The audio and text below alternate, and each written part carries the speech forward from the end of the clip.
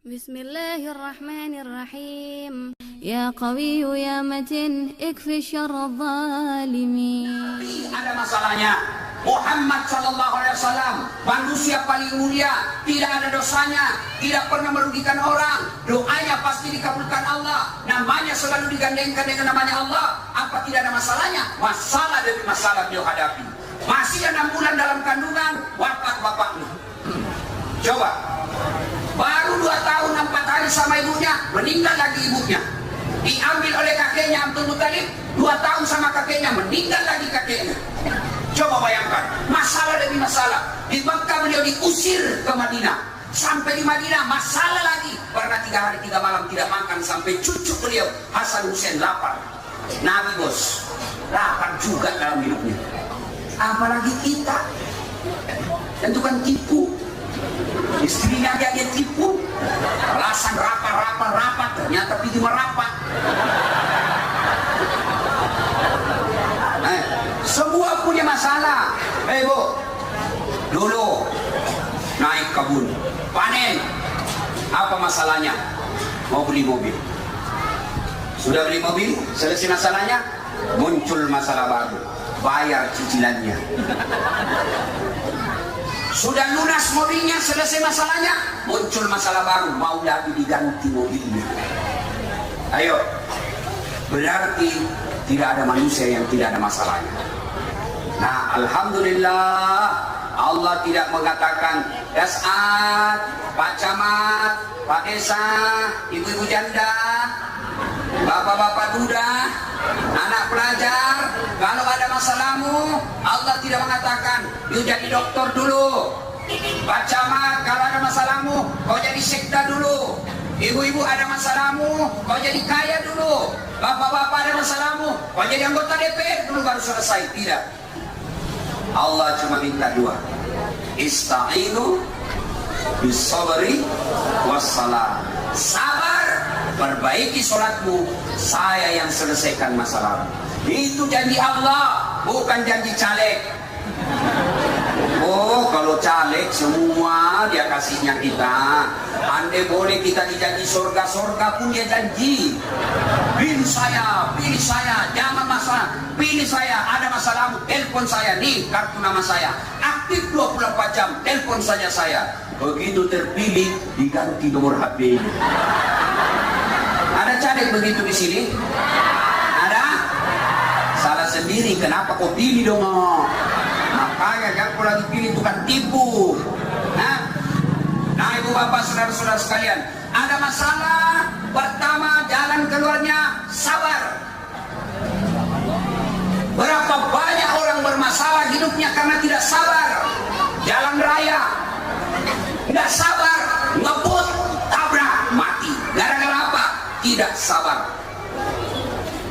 Allah kasih rezeki, tidak sabar, mau beli mobil. Akhirnya apa? Dia masukkan sertifikat rumahnya supaya bisa dapat mobil. Ternyata sudah terdapat mobil, kebunnya bermasalah, tambaknya bermasalah, sawahnya bermasalah. Akhirnya apa? Tidak bisa bayar cicilannya. Bukan cuma mobilnya yang ditarik, sertifikat rumahnya pun akhirnya diambil. Kenapa? Karena tidak sabar. Suamiku jelek mukanya Ustaz, sabar. Sudah itu jodohmu. Istriku tukang ngomel Ustaz, sabar. Gak ada kali itu sabar. Ini muka-muka ini yang suka ngomel. Kau kira enak jadi laki-laki? Oh, kita di kantor berpikir kerja bagaimana ini jalan. Dipikir lagi. Kita pergi ke warung kopi, dipikir lagi bagaimana ini cicilan bisa lunas. Itu pikirannya suamimu. Sampai di rumah berharap istrinya cantik membeli-belinya. Sampai di rumah istrinya jorok, pakai daster 3 hari tidak dicuci. Kelihatan tali BH. Kata suaminya, kelihatan semua tali BH-mu. Lihat tetangga itu gimana. Apa kata istrinya? Jangan lihat BH-nya, yang penting rasanya buruk.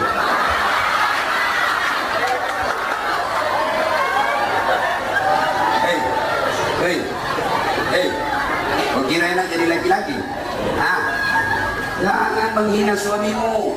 Sabar. Ya, ilmu paling enak itu sabar dan baik sangka. Tiba-tiba telepon suami tidak jawab. Sabar. Lalu baik sangka, oh mungkin suamiku lagi sholat duha. Kan ketawa, saya serius. Tiba-tiba suaminya ada berita, suamimu kawin lagi. Sabar. Sabar saja. Tiba-tiba suami jadi tukang tipu. Sabar. Apa itu sabar? Sabar itu bukan lagi duduk-duduk begini, zikir ngaji, tiba-tiba ditampilin. Wah! Saya sabar. Bukan sabar itu dongo. Tahu dongo? Beleng-beleng. Tahu beleng-beleng? Dongo. Jangan, bukan itu sabar. Lalu apa itu sabar? Operasionalnya, prakteknya sabar. Lihat hidupnya Nabi Ayub alaihissalam. Nabi Ayub kaya, banyak harta, dia sering bantu temannya, semua orang kampungnya dia bantu. Tiba-tiba jatuh miskin, bangkrut. Datang iblis. Ayub, tidak usah kau sembah Tuhanmu. Ngapain kau sembah Tuhanmu? Dia ambil hartamu, sudah kau sembah Tuhanmu. Apa kata Ayub? Alhamdulillah, saya sempat kaya. Berapa banyak orang dari lahir sampai mati miskin, saya sempat kaya. Jadi kalau tadi kepala dinas tiba-tiba menjadi staf ahli, ahli yang tidak ada stafnya, sabar. Tadinya Pak Camat tiba-tiba mutasi, tidak ada jabatannya, ya sabar. Itu namanya sabar. Tadinya anggota DPR tiba-tiba tidak terpilih lagi, ya sabar. Ayub katakan, ya alhamdulillah saya sempat kaya. Berapa banyak orang lahir sampai mati tidak pernah kaya, saya sempat kaya. Tidak cukup ujiannya, kaya bangkrut, anaknya mati. Datang lagi iblis. Ayo, tidak usah kau sembah Tuhanmu. Ngapain kau sembah Tuhanmu itu? Aisyah, hartamu diambil. Sekarang anakmu lagi diambil. Tidak usah kau sembah Tuhanmu. Apa kata Ayub? Alhamdulillah, saya sempat punya anak. Berapa banyak orang dari nikah sampai meninggal tidak punya anak. Ada kan? Ada kan? Sampai mahasiswaku juga bilang, saya juga Ustaz, sudah umurku 25 tidak ada anakku. Bagaimana mau ada anakmu? Dari 1000 dong. Tapi ada lebih hebat, tidak ada suaminya, ada anaknya. Ini lagi hancur lagi. Ya, hancur hartanya, mati anaknya. Lalu apa lagi? Diuji lagi Ayub alaihissalam. Apa? Sakit seluruh tubuhnya. Sakitnya bukan sakit gigi, sakitnya bukan pincang, sakitnya bukan mencret, tapi apa? Seluruh anggota tubuhnya dimakan ular. Bayangkan, dimakan ular dagingnya Pak. Bapak paling kudisan, bapak paling karet, gatal. Ini dimakan ular kulitnya, habis dagingnya dimakan ular. Lalu datang iblis. Yuk, sudahlah kau sembah Tuhanmu, diambil hartamu, diambil anakmu, sekarang kau dikasih sakit, sudah tinggalkan Tuhanmu. Apa kata Ayub? Alhamdulillah, sempat saya sehat. Berapa banyak orang dari lahir sampai mati sakit terus. Lalu datang istrinya, bang, berdoalah bang. Abang kan Nabi, pasti didengar doanya. Apa kata Ayub alaihissalam? Saya malu berdoa. 81 tahun saya sehat, baru 16 tahun saya sakit. Saya mengeluh kepada Allah, saya malu. 81 tahun sehat, 16 tahun Pak sakit. Bapak baru influenza, 2 hari ngeluh. Ya Allah, kenapa saya? Kenapa bukan yang depan judi? Fred, cemen lu men. Hei, Bu, Ayub 81 tahun sehat, 16 tahun sakit, malu mohon kepada Allah. Ibu baru 2 hari mencret, tidak sholat, beleng-beleng. Ayo, lalu datang lagi iblis. Ayub, sudahlah, tidak usah kau sembah Tuhanmu. Ayub alaihissalam, alhamdulillah saya sempat sehat. Tidak cukup sampai di situ. Akhirnya apa? Diusir dari kampungnya. Diusir Ayub dari kampungnya. Kata kepala desa, ayo tinggalkan kampung ini. Kami takut ketularan penyakitmu. Tolong, biarlah saya di sini. Tidak boleh Ayub, kami takut ketularan penyakit. Ayub alaihissalam lalu berkata, tolong kalian warga kampung, ada tidak yang tidak pernah saya bantu? Ada di antara kalian yang tidak pernah saya bantu? Semua dia. Ternyata semua sang warga desa pernah dibantu oleh Ayub alaihissalam. Lalu Ayub berkata, masa ketika saya sakit begini kalian mau usir saya? Waktu saya kaya kalian semua saya bantu. Pada saat saya menderita ini kalian usir saya. Tapi tidak apa-apa, saya tinggalkan. Tidak cukup sampai di situ cobaannya. Akhirnya istrinya datang kepada Ayub. Ayub, maafkan saya tidak betah lagi menampingimu. Saya tinggalkan kau. Kata Ayub alaihissalam, neganian kau. Mentang-mentang saya sakit begini kau tinggalkan saya. Kan banyak perempuan begitu. Waktu suaminya masih kaya, sayang benar. Sekalinya suaminya miskin, jelek terus mukanya. Waktu masih kaya dan aktif, masih muda suaminya, lagunya apa? Bila kamu di sisiku, hati rasa satu. Itu waktu kaya suaminya dan masih sehat. Sekalinya suaminya sudah tua sakit-sakitan, apa lagunya? Dia usap kepala suaminya lalu menyanyi. Bila Israel datang menjemput. Masya Allah. Ayo, ya sabar. Ilmu yang harus kita pakai, sabar. Lalu bagaimana prakteknya sabar? Ya lihatlah Ayub, kena musibah. Apa kita ucapkan? Alladzi idza asabatu musibah qalu tiba-tiba tadi punya rumah, karena anak kita sakit, akhirnya motor dijual. Sakit hati, motor setengah mati dicicil. Pas lunas, terpaksa dijual karena suami kita sakit. Ucapkan inna lillahi wa inna ilaihi raji'un. Waktu miskin, baik betul suami kita, setia 24 jam, sayangnya luar biasa kepada kita. Tiba-tiba panen sawit, dapat harta yang banyak, tiba-tiba suami kawin lagi. Inna lillahi wa inna ilaihi raji'un. Memang Pak, tidak ada kala ini ilmu sabar. Inilah ilmu yang paling hebat, sabar. Mau tahu sabarnya Rasulullah? Itu Rasulullah Pak, suatu ketika dia ke masjid. Di atas ketinggian ada orang Yahudi menunggui Nabi. Lewat Nabi, diludahi Nabi, kena kepalanya. Kira-kira kalau Bapak camat lewat diludahi dari atas, apa jawaban Bapak? Kurang ngajar kau. Nabi apa ucapannya? Maaf bang, salah tempat ludamu. Kepala saya kena, tapi tidak apa-apa. Enjoy man. Besok lewat lagi Nabi, diludahi lagi kepalanya. Apa Nabi marah? Nabi hanya berkata, masih sama kemarin, salah tempat ludamu. 3 hari diludahi lagi. Apa Nabi marah? Tidak. Nabi berkata, it's okay, no problem. Jalan. Hari keempat lewat Nabi. Mana ini langgananku? Biasanya ada di sini ludahin saya. Cari, ternyata sakit. Selesai sholat jamaah, Nabi pergi ke rumahnya, dibawakan kurma, roti, madu, lalu didoakan. Siapa? Kata yang ludahin Nabi. Saya siapa? Muhammad. Muhammad siapa? Langganan ente. Kaget sudah mati saya.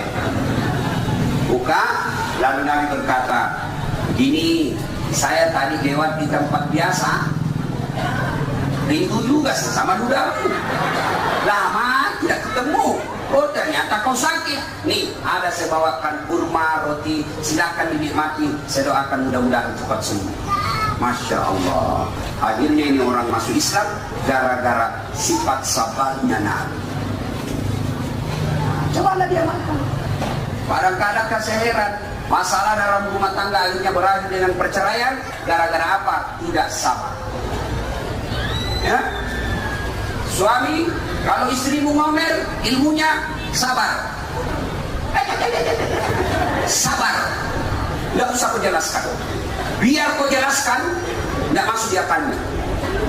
Apalagi kalau ibu-ibu sudah bilang, pokoknya, diam saja.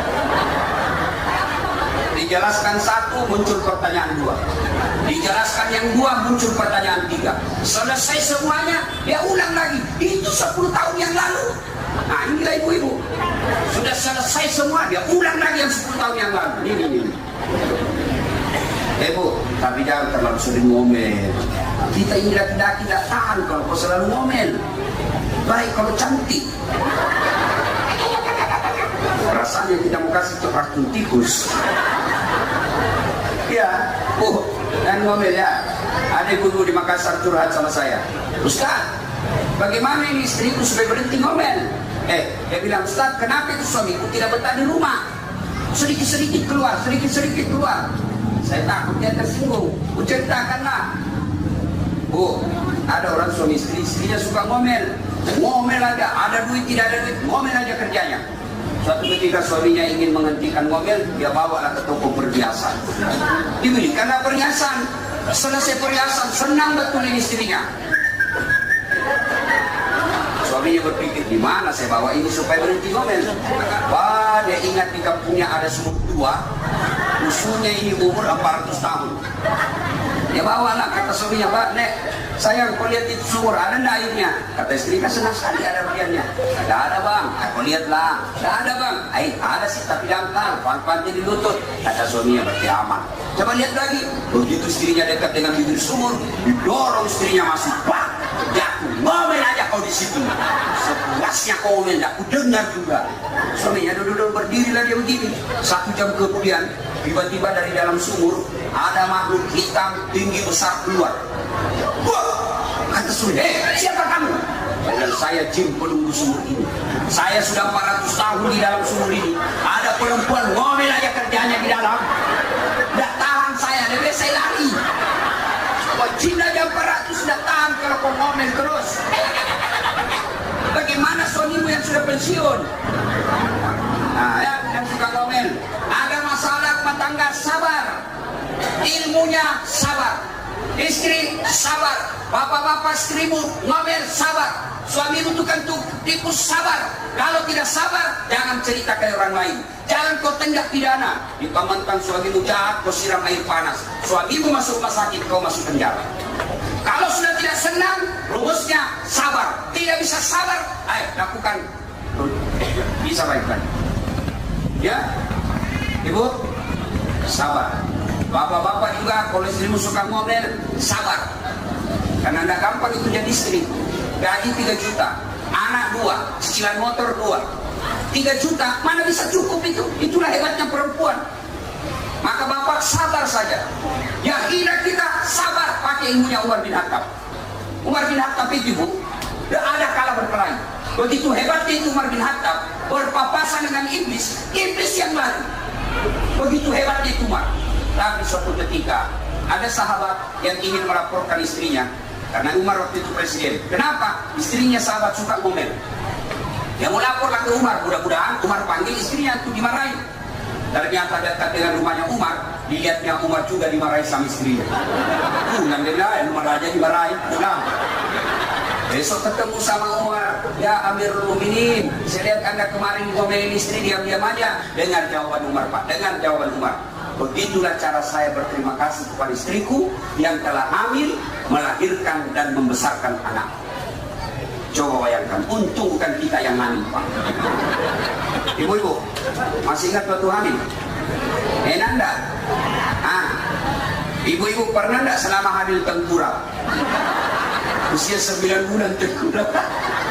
Bayangkan, 9 bulan kan ibu hamil. 9 bulan tidak tengkurap. Tuh ibu, hebatnya sabarnya ibu.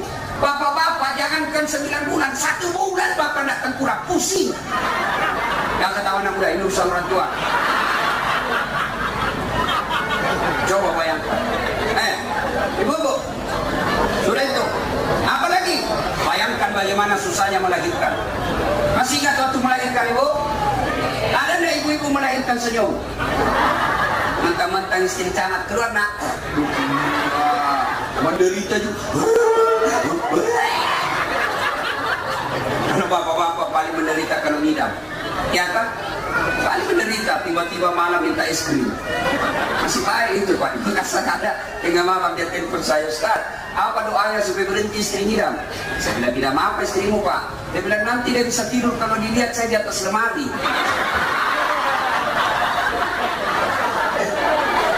Jadi kalau istrinya mau tidur jam 10, setengah 10 naik itu istri. Sudah berhenti kalau dikasih dogo-dogo apa itu? Yang juga keterlaluan ibu. Coba, yang ketiga, kalau istri marah Pak, bayangkan bagaimana susahnya menyusui. Apa bapak? Ibu-ibu, masih ingat waktu menyusui? Nah, waktu tumbuh giginya anakmu.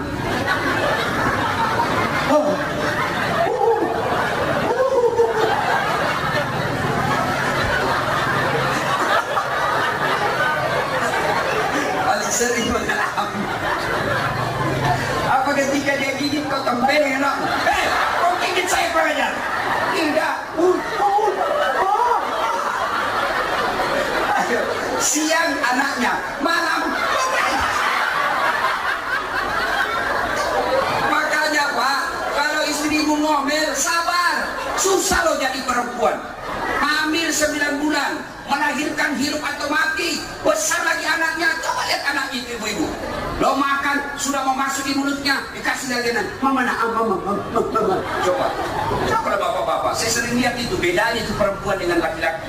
Kalau naik pesawat, ibu itu kalau nangis anaknya, nggak malu. Dia kadang-kadang kasihan, dia bawa keliling-keliling lorong supaya berhenti anaknya nangis. Ada bapak-bapak bawa anak-anak nangis, anaknya dia tutup mulut. Itu bapak-bapak itu.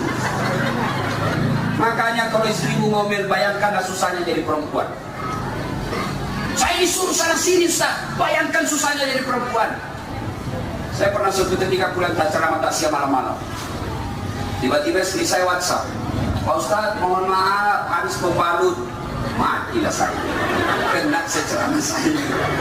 Saya berdoa mudah-mudahan tidak ada majelis taklim yang kenal saya. Begitu saya masuk toko, saya bayar. Tiba-tiba ada ibu bilang, Ustaz beli pembalut. Saya lihat baru saya lihat daripada saya hamil. Ya, maka Pak, rumus dalam rumah tangga sabar. Tidak adalah kala itu ilmu sabar. Ya, adik-adik juga menghadapi orang tua yang rewel, sabar. Bapak ibu menghadapi anak kurang ajar, sabar. Itulah rumus paling hebat, sabar. Yang kedua, resep menghadapi masalah. Ketika ada masalah, sempurnakan sholat. Ayo, ya. Tapi sholat inilah yang paling banyak dianggap dari orang Islam. Ada orang Pak lengkap puasanya kalau Ramadan. Tidak ada lepas puasanya kalau Ramadan. Ada orang Pak jujur ngomong, nggak pernah bohong. Ada orang Pak nggak pernah ngambil barangnya orang, sendal aja di masjid tak berani diambil. Ada orang seumur hidupnya nggak pernah berzina, takut betul dia berzina. Tapi ketika tiba waktu sholat, dia merasa tidak berdosa ketika dia tidak sholat. Ini yang paling banyak. Coba, ini ibu-ibu kapan banyak nggak sholat? Selesai haid. Paling banyak perempuan nggak sholat gara-gara haid. Tanya suaminya, kenapa kau tidak sholat? Biasanya cuma 5 hari, ini sudah 7 hari kau tidak sholat. Apa kata istri ini? Orang belum bersih, masih ada sedikit-sedikit. Dan suaminya, bohong. Apa bohong? Saya kasih lihat kau. Ketawa membayangkan itu. Ayo, ada lagi yang salah pahamnya. Kenapa tidak sholat? Ustaz katanya kalau haid subuh baru boleh sholat. Sekali subuh dia kesiangan, dia tunggu lagi subuh besok. Tidak, kalau duhur kau bersih, duhur mulai sholat. Asar bersih, asar mulai sholat. Jam 10 malam bersih, Pak Ibu yakin sudah tidak ada tetesan keluar.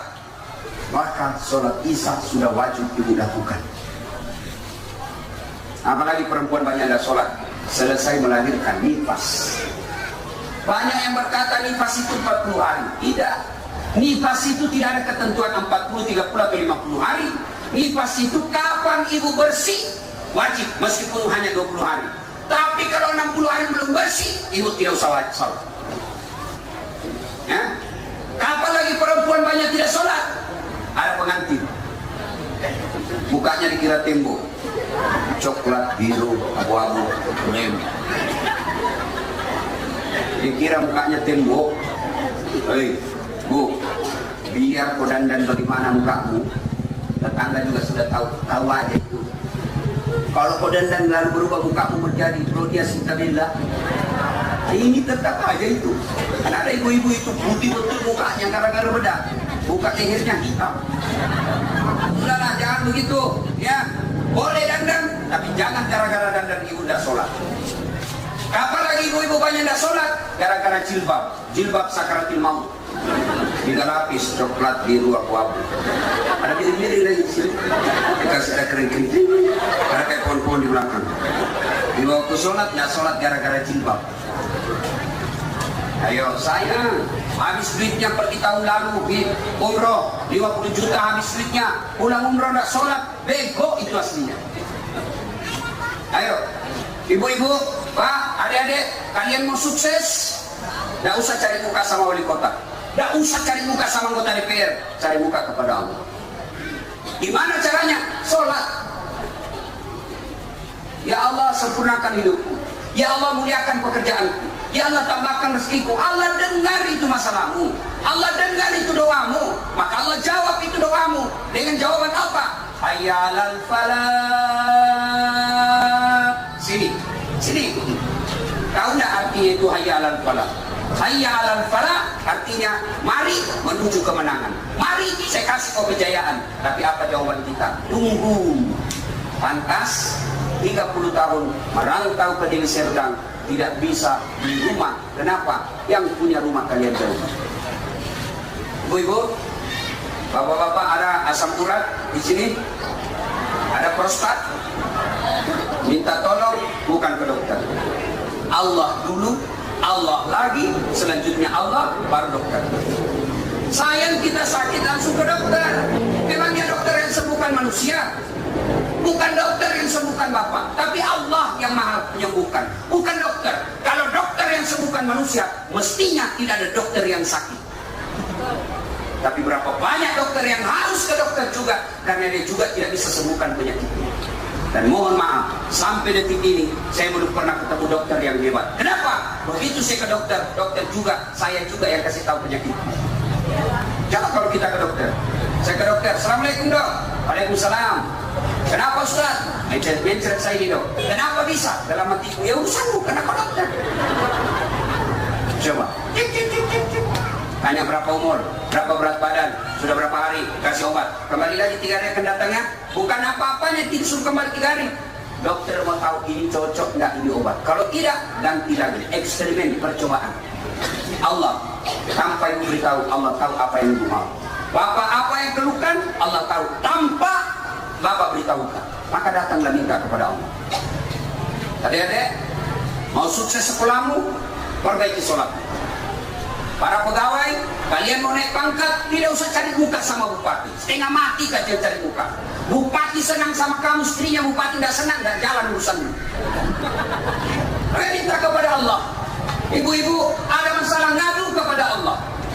Saya ngadu kepada Allah Ustaz, tapi kau ngadu di Facebook. Ya Allah, lindungilah rumah tanggaku. Di status, sibuk betul Tuhan membaca statusmu.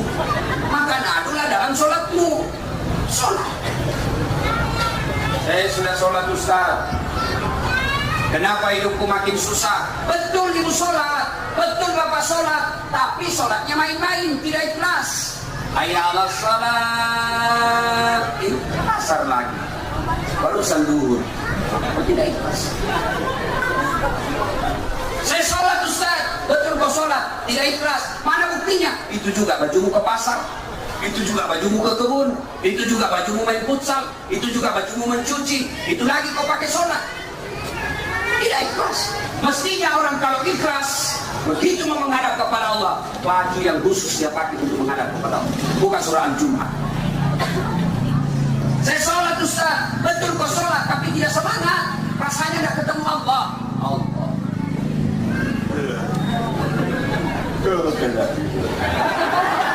Ihdinas siratal mustaqim. Siratal ladzina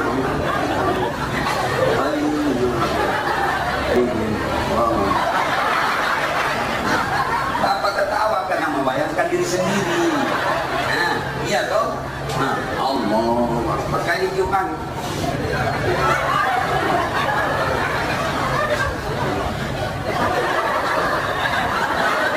Gak sakit sholat begitu. Malah ibu-ibu yang tanya Ustaz, kan panas Ustaz, ini robis, tidak ada AC, tidak ada kipas. Pulang dari pasar Ustaz, panas sholat zuhur. Bolehkah tidak pakai BH? Boleh, tapi tidak beradab. Sah sholatmu, tapi tidak beradab namanya. Bayangkan kalau ibu ruku.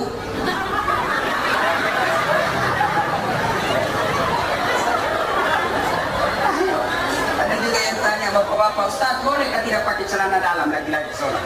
Boleh, sah sholatmu. Tapi apa tega bapak sholat itu rukuk sujud? Ya ketawa ibu. Itu sholat lagi. Bapak kalau khusyuk, kalau betul-betul khas cinta kepada Allah, mestinya amalkan Nabi. Nabi kalau mau sholat beliau pakai siwak, pakai parfum, pakai baju yang paling cantik. Itu namanya senang ketemu Allah. Kita sholat Allahu Akbar, paling hobi baca qul. Sholatnya 5 menit, 4 rakaat tidak cukup 5 menit, 2 menit Pak. Allahu Akbar, Allahu Akbar. Saya tanya, kenapa cepat sekali kau sholat? Terus kan sudah dihafal Ustaz, sudah rapi saya lakukan, sudah saya hafal mati. Kalau kau soal hafal saja sholat, kau begini saja. Allahu Akbar, Tuhan bacaannya sama kemarin. Assalamualaikum warahmatullahi wabarakatuh. Selesai. Sholat itu ada rukun-rukunnya. Maka ibu, kalau ada masalah dalam hidupmu, bapak-bapak kalau ada masalah dalam hidup, koreksi sholatmu. Bagaimana sholat saya? Ini kita, ibu ini yang paling banyak itu kudung yang paling banyak bermasalah. Kudungnya tipis, berlobang-lobang, tidak sah itu sholatmu kalau kudungmu itu tipis dengan cara kulitmu, tidak sah. Kapan lagi nih orang banyak tidak sholat? Bapak-bapak kalau dia pergi sawah, kalau dia pergi mancing, kalau dia pergi kebun, tidak sholat. Kenapa tidak sholat? Bajuku kotor Ustaz. Bajumu kotor tidak berarti najis. Saya penuh oli sholat baju saya Ustaz. Kau sholat pakai itu bajumu, Allah tahu kalian lagi dalam keadaan darurat. Saya tidak bisa berdiri Ustaz. Allah kasih keringanan, duduk. Nah, misalnya sholat dulu. Coba saya praktekkan. Ibu misalnya lututnya sudah tidak bisa gerakin. Nah, bapak basah asam urat tidak bisa gerak. Nah ini prakteknya sholat dulu. Anggaplah ini di atas bus, ya, di atas pesawat. Dari mana nih paling jauh? Dari Aceh ke Pekanbaru. Itu berapa kilometer? Banyak. Ya toh? Syarat jamaah itu 83 km. Artinya, kalau bapak melakukan perjalanan jauh sepanjang 83 km, boleh kau jamaah sholat. Boleh jamaah 83 km. Nah, mobil tidak mau singgah Ustaz, kita mau wudhu, mobil tidak mau singgah.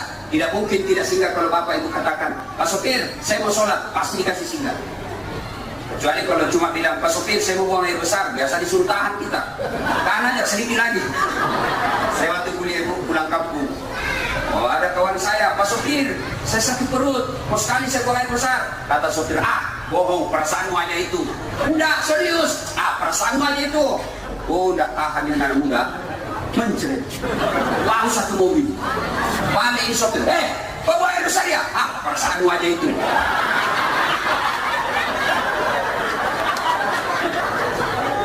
Ayo, anggap sopir tidak mau singgah. Bagaimana solusinya? Bapak tayamum. Ini tayamum.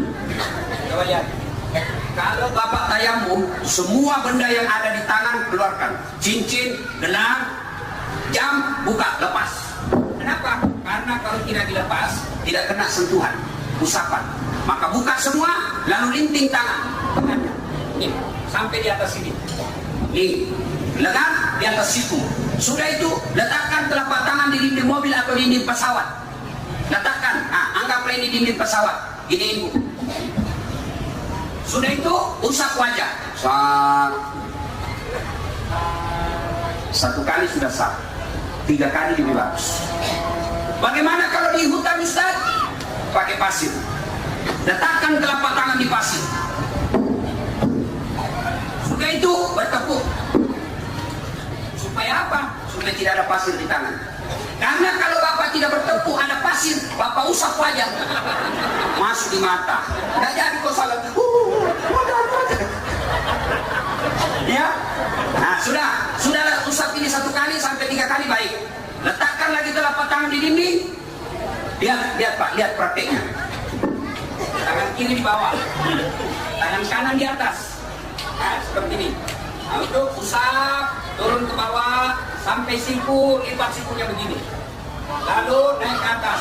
Nah, kanan lagi di bawah, kiri di atas. Usap sampai siku, lipat sampai sini. Selesai. Nah, salat duduk, anggaplah lagi duduk. Nah, beginilah kita. Kasih tahu kiri kananmu, jangan ganggu saya lagi sholat. Apalagi kalau non muslim di sampingmu, nanti kau dikira gila. Langsung kalian bapak gila dia Pak Duit.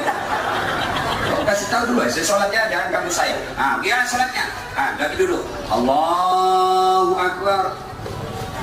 Macam-macam pendapat ulama. Takbir pertama ada yang begini tangannya, Allahu Akbar. Ada juga yang begini, Allahu Akbar. Ada juga yang santai begini saja. Saya mau pakai mana? Ada juga yang begini. Ada juga yang begini.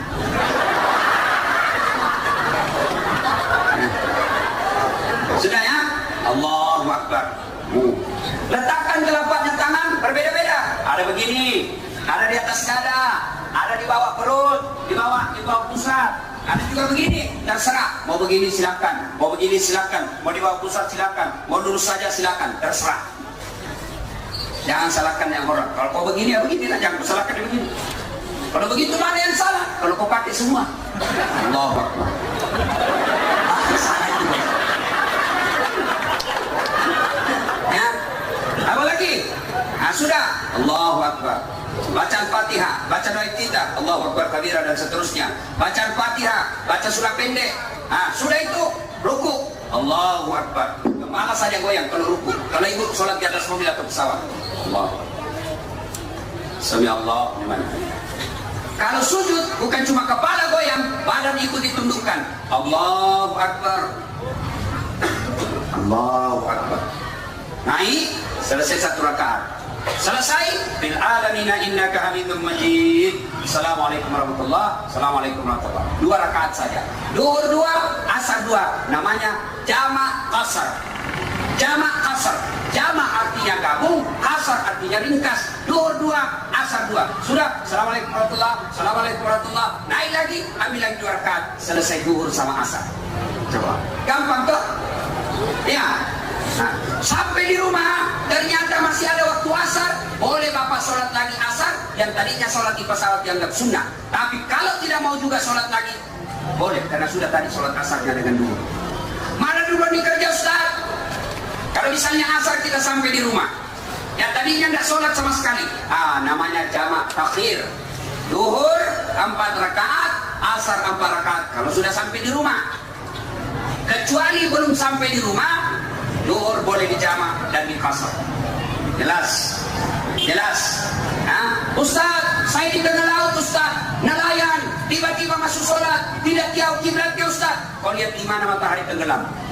Oh, di sana matahari tenggelam. Maka arahkan perahumu ke sana. Allah.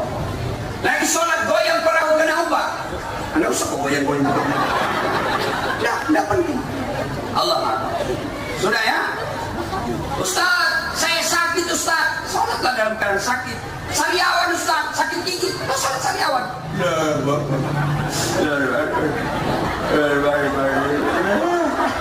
Allah tahu apa lagi sakit. Ayo. Tidak ada orang tidak boleh sholat. Tidak ada alasan. Maka dedek kalian mau sukses, sabar, perbaiki sholat.